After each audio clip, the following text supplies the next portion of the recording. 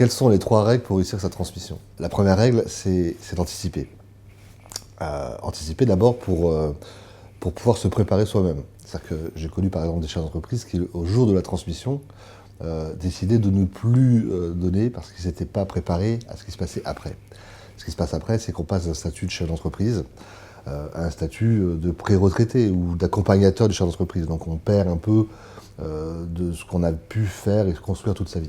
Donc se préparer soi-même, c'est indispensable, et l'anticipation de la transmission, c'est un élément déterminant. La deuxième règle, c'est d'anticiper, toujours. Mais pas pour soi, cette fois-ci pour les autres.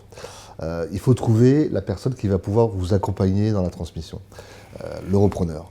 Alors parfois, il est près de soi. Ça peut être les membres de sa famille, ses enfants, ça peut être aussi parfois des salariés. Il y a l'histoire d'un chef d'entreprise qui avait, dans une enveloppe, mis le nom de son successeur, et le tout dans un tiroir. Et chaque fois qu'on lui demandait qui allait reprendre la suite, il disait bah, c'est dans le tiroir. Et donc ça lui a permis en fait de changer plusieurs fois le nom dans l'enveloppe sans que les gens se sentent vexés. Et au moins il avait pu anticiper le fait qu'il allait avoir une succession et commencer à préparer son entourage à l'idée que quelqu'un de...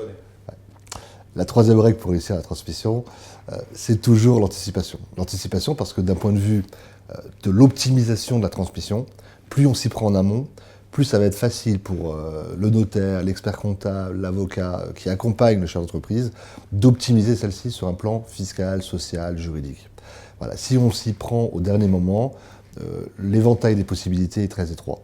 Alors qu'au contraire, si on s'y prend très en amont, on va avoir la possibilité d'imaginer des donations antérieures, d'imaginer des structurations juridiques qui vont faire que la transmission va se passer de la manière la plus optimisée possible pour le cédant.